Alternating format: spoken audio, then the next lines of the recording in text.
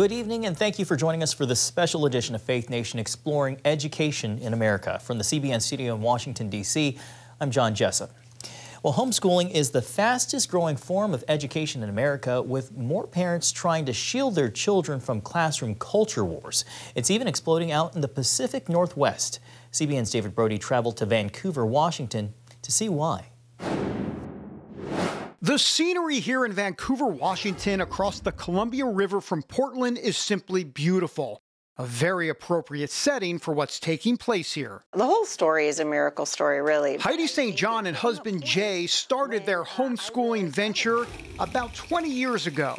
What began as a small, humble homeschool ministry has now outgrown 2 locations thanks to a booming demand. God just kept putting on our hearts to step forward in faith, and I will bring the people and the resources, and he's done that. Boy, has he. When COVID hit, so did a rush of parents and their kids to the homeschool center, causing it to almost quadruple in size.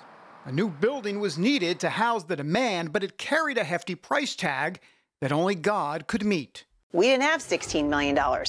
And so we took it to the Lord. And we at one point, actually several points along the way, we brought families over here to pray for the building. People walking the perimeter of this building, putting their hands on the bricks and just saying, Father, you see what's happening to your children. We need your help. We need your help. And he showed up in a mighty way, enough money in full so they could move forward debt-free. Nothing is impossible for God. And so far, the miracle has led to this. Hundreds of students, close to 200 parent teachers, some who lost their jobs during COVID, a huge auditorium, coffee shop, bookstore, and of course, a couple hundred classrooms with everything from the basics to woodworking to dance. Instead of a regular school, it's more like a newer, bigger model of a homeschool co-op. This is about matching kids' interests with parents' teaching expertise so students can have more light bulb moments. Ultimately, it's about community. When you're around people that are amongst the same mindset as you, it just, it emboldens you and it makes you just, it validates that I'm not alone. So why was this homeschool miracle needed in the first place? Well, today's culture, especially in the Pacific Northwest, is the main catalyst, and the students understand what's happening. The public school system is having a really hard time right now, and they're teaching a lot of things that are not true and things that kids should not be taught. And the numbers back that up, showing Americans losing faith in public schools. A Gallup poll reveals an all-time low of just 26% of Americans who have a great deal of confidence in them. A separate poll shows that nearly half of parents who homeschool their children believe public school systems are influenced by too much liberal and woke culture viewpoints. You would never pack your child a sack lunch and send them to the front lines of a literal war. You would never do that. And yet every single day, we give hundreds of thousands of students sack lunches. We pat them on the head and we put them on little yellow school buses and they take them to the front lines of the culture war. The St. John's know firsthand that the homeschool plunge can be daunting. I was the mom who was like, what woman in her right mind, right? We want to stay home with their kids for 18 years when a yellow bus come taken away for free, right? But then they saw the effect on their child at the time, which led to prayer and a conversation. And I'm kind of leaning over him, you know, wake up, wake up. And he woke up. I said, what would you think if we homeschooled our kids? And you remember what you said? I said, who are you? What have you done with my wife? All kidding aside, it's a rough road. It is a hard venture. We're not, we know that it's tough. But everything that has value costs something. And so if it was easy, it probably wouldn't be valuable. Parents of public school kids definitely have concerns about what their kids are experiencing. So maybe there are other ways to fight the good fight. They will say, well, look, what if I volunteer at the PTA? What if I run for school board? What if I try to make a difference there in the secular world? Yes, we do advocate people get in the school board. We do advocate that Christians teach in public school. We just don't see how it's going to be saved. They hope this model they've created here in the Pacific Northwest will be the way forward across the country. This does seem like a model that could be modeled around the country in all different places. Absolutely. We're contacted every week by people asking, how do we do what you're doing? If God can do it here in the Pacific Northwest, then he can do it anywhere. For those who want to homeschool and build community, the St. John's are a model for what can happen and how God can work. David Brody, CBN News, in Vancouver, Washington. Coming up, how some public schools are bringing faith back into the classroom.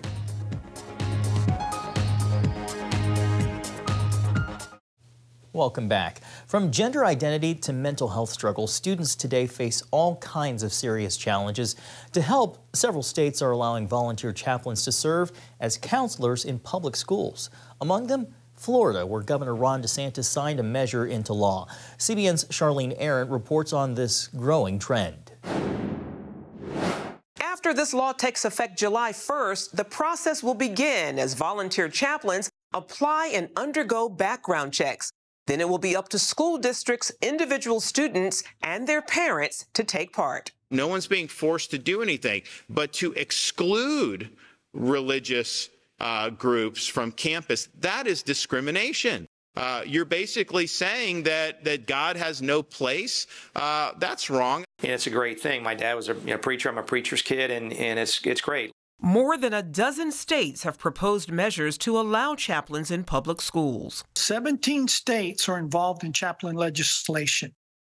Just recently, it passed out of both houses of Louisiana. We expect it to be sent to the governor soon. It's happening around the country because it is so needed. Florida House Speaker Paul Renner believes chaplains can possibly offer alternatives for students, pointing out that guidance counselors in the state had allowed and even encouraged students to transition to the opposite sex without their parents' consent. They were giving them different clothes to wear, changing their name without ever telling their parents. And if this is the kind of guidance they're getting from guidance counselor, I think it's about time we have a different perspective in the middle of the school that does respect our values. This push for chaplains comes as mental health issues among students are growing and schools face a shortage of counselors. According to the American School Counselor Association, the disparity for the 2022-2023 school year came in at a ratio of 385 students to one counselor. The recommended number is 250 to 1. Rocky Malloy leads the National School Chaplains Association. I got news of 2 children that committed suicide. One was in 8th grade, one was in 10th grade. And it's schools that did not have chaplains. The chaplain's role is to prevent that type of calamity from happening. In 2023, Texas became the first state to allow school chaplains to help counter a decrease in qualified mental health professionals and growing teacher burnout. The idea that our teachers now are experiencing high levels of trauma and PTSD, that is something new that's happening in education, and our teachers need support. Chaplains are great to help our teachers through this. Texas Board of Education member Julie Pickren says chaplains have also resulted in making schools safer. A chaplain in Texas was key in one of our school districts at noticing what was happening with the students and what was going on with these young girls, and brought it to light to the sheriff and was instrumental in identifying this human trafficking ring in a school district in Texas. Critics, however, claim chaplains could do more harm than good. One concern being their only requirement is passing a background check, and that schools notate a chaplain's religious affiliation. The American Civil Liberties Union of Florida stating, public schools are not Sunday schools and chaplains are not school counselors.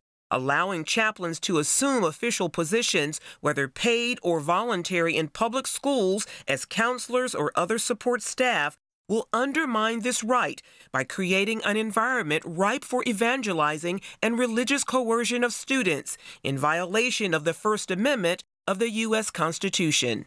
A claim Renner disputes. The Constitution prohibits the establishment of a religion, for example, forcing us all to be Catholic or Baptist. It does not in any way, shape, or form, despite a lot of effort to say otherwise, prohibit the free exercise of religion. And so the left has done a good job of trying to get Christians out of the public life altogether. Meanwhile, in Oklahoma, the Satanic Temple is seeking to take advantage of this movement, threatening to deploy its ministers into schools if the state approves a measure allowing chaplains. That's something the state's education chief, Ryan Walters, strongly opposes, saying Satanists are not welcome in Oklahoma's schools. 60 years ago, they said they did something. They said, we don't need God or spirituality in school. Look where it took us to today. God is back. The chaplain is the perfect person. They're the spiritual source of a school. Charlene Aaron, CBN News.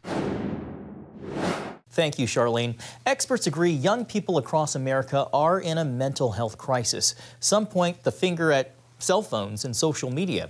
In response, more and more states are trying to get these addicted devices out of children's hands during school hours. CBN medical reporter Lori Johnson reports on this national move that's gaining momentum.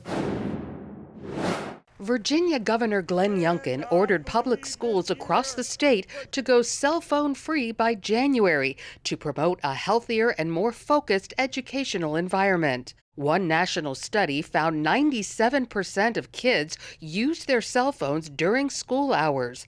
Another revealed nearly 3/4 of high school teachers believe phones are a major distraction after seeing students watch Netflix, gambling online, and glued to social media. So giving kids access to something where they can have 24/7 interaction with their peers is kind of the worst thing we want to do, especially if it's distracting them from schoolwork. Experts point out kids' brains don't fully develop until their 20s. Based on the science, we know that there's no such thing as multitasking. We all engage in task shifting. So having a phone in the class requires a lot of task shifting, which kids are not able to do as well as adults. Last year, Florida became the first state to ban cell phones at school. Indiana and Ohio passed similar legislation. Oklahoma, Vermont, Kansas, Utah, and New York may follow suit. We know that we've already lost too many kids, or kids that are spiraling for a long time now. Some schools are divided over whether kids should surrender their phones only during class but have them in between classes, at lunch, and during other free times, or whether they should give up their phone the entire day. In that instance, some parents worry about being unable to contact their child, a concern others downplay. When we were growing up, our parents didn't have constant access to us. Even in the worst-case scenario of a school shooting, some experts say it's better for kids to be without their phones. Constant notifications and dings that are coming through from family trying to check on their student might alert the assailant to where they are, and also it jams emergency signals. So while many believe smartphones should be removed from the classroom, not everyone agrees on the best way to do that. Lori Johnson, CBN News. From studying the Bible to taking on textbooks, up next, how churches in Florida are picking up the responsibility of teaching Black history.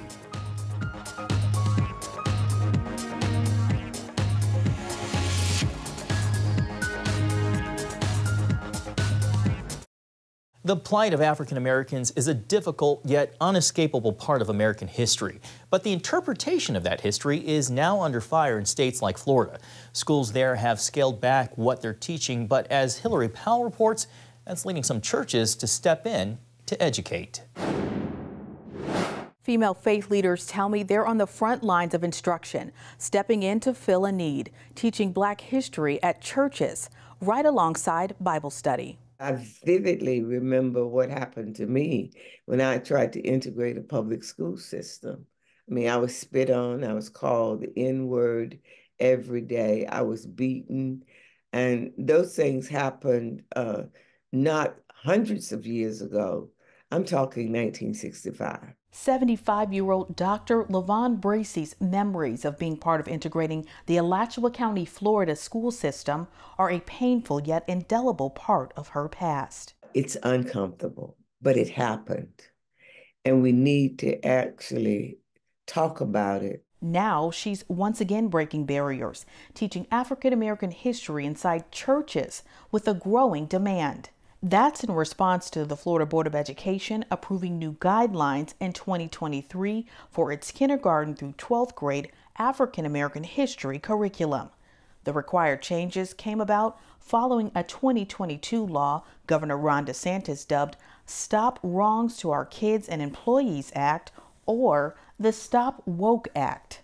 One part of the curriculum drew widespread attention for stating, Quote, instruction includes how slaves developed skills, which in some instances could be applied for their personal benefit. Before going to Washington in 2011, Florida Congresswoman Frederica Wilson served as an elementary school principal who helped urge the state legislature to pass a 1994 law mandating Black history be taught statewide. A founding member of the Florida African American History Task Force, she calls the new guidelines an alarming departure from educational standards. In a statement to CBN, she says, quote, we cannot afford to whitewash history and deny future generations the knowledge needed to build a more just and equitable society. Adding, I fully support what our churches are doing to preserve that history. So I took it personal. We also realized that history still sits in our pews in the Black church. Reverend Rhonda Thomas leads the organization Faith in Florida, which created the History Toolkit for churches that's taken off. Nearly 400 houses of worship, including Protestant, Catholic, and mosques across 29 states, are teaching Black history using the toolkit. Haters have also taken note. Thomas tells CBN News she's received death threats. It did not detour us, but it did empower us. Because she sees history being on her side. Even before slavery ended, some churches in the North doubled as schoolhouses for freed Black people. After emancipation, many churches opened their doors to educate former slaves, helping boost Southern Black literacy from 5% in 1870 to about 70% in 1900. Ministers like Orlando pastor Sharon Riley see the present work as preserving that history. She hopes the lessons taught to her young parishioners will get them energized to vote. We wanted to be sure that our students understood, especially on that high school level, that they understood everything that went into giving us the right to vote. It's also instilling in them a sense of responsibility as citizens in our country. Reverend Thomas adds that while the past can't be rewritten, it can shape the future by using history to soften hardened hearts. In fact, in some of our churches, they teach it, the Black history class is larger than the Sunday school class. So it's reaching the unchurched. While these new guidelines aren't being used in the classroom yet, that's expected to begin this fall. We contacted the Florida Department of Education to ask how teachers are being instructed on implementing them and whether they have leeway to use other material, such as content created by the Commissioner of Education's African American History Task Force. The department did not respond. In Washington, Hillary Powell, CBN News. A teen fights for the right to learn about intelligent design. See how he took on the state and won when Faith Nation returns. And finally tonight, for years, teachers have been limited in educating students on how the universe came about. The idea of intelligent design is often banned, considered taboo due to its biblical ties. But one West Virginia high school student believes that's unfair, so much so that he drafted a bill to allow West Virginia teachers to cover so-called scientific theory, including intelligent design. CBN's Wendy Griffith introduces us to the teen who took on the creation debate and won. 2 years ago, 16-year-old West Virginia high school student Hayden Hodge decided to help his teachers increase the scientific theories they could include in lessons on how the world came to be. While Big Bang and evolution made the list, the theory that perhaps God created all of this, the universe and humanity supernaturally, did not. So I think a lot of it was fear. They were just afraid of if a student asked a question like that and they answered it truthfully, then they were afraid of, anything that could happen to them with their jobs or in their personal life or anything like that. And, like I said, with that science teacher, he was afraid to even, have conversations like that. And I thought this needs to change. He needs to feel like he can talk about this without any fear of losing his job. With the help of his father, Tony, and some West Virginia lawmakers, Hayden drafted a bill that would allow teachers to include discussion of intelligent design. Hayden he spearheaded this himself. I mean, he came to me and asked for my advice. Dad, how can we do this or whatever? And I just kind of gave him a little bit of advice. I said, but if you want to do it, you need to be the one to head it up. And so he sat down and did research, and he ended up working on the language himself. And talked to the senator that represents our district and went to her, she happens to be the chair of the education committee, Senator Amy Grady. He took it to her, and from there, the ball just kept rolling, and we're really proud of him and all of his efforts. Due to political pushback, they agreed to take the phrase intelligent design out of the bill, although it still allows West Virginia public school teachers to discuss it in the classroom. A majority of the members present having voted in the affirmative, I declare the bill passed. Some senators saw it as the easiest vote they cast all year. You have to understand, in West Virginia, this is a God-fearing state. The people here love the Lord, they love God, they love Jesus. And when people have things like this presented before them, they put God first in their lives. And the same goes for our legislators in this building behind me. Governor Jim Justice, an outspoken Christian, signed it into law in March. Anyone that denies God's presence is just not looking and just absolutely not with it. And so for our teachers to be able to teach the foundation of all of our lives, well, why wouldn't they teach it? We can teach about evolution or teach Big Bang or whatever it may be. The reason would only tell you, well, of course we've got to teach intelligent design. We're blessed to have a wonderful young man that brought it to our attention. Hayden vividly remembers the day it passed the Senate. It felt fantastic. I remember being up in the gallery, and the second that it passed overwhelmingly, I got super excited. I remember giving my dad a high five, and that was just one of the coolest things ever. I looked over at my mom, and she was kind of smiling and kind of crying at the same time, so it was really fun. While Mississippi, Louisiana, and Tennessee have similar legislation, Governor Justice hopes West Virginia's version will help encourage other states to follow suit. If we're the first in West Virginia to do this, it'll spread all across the land. You wait and see. Wendy Griffith, CBN News, Charleston, West Virginia. Thanks so much for tuning in to this edition of Faith Nation. Have a great night.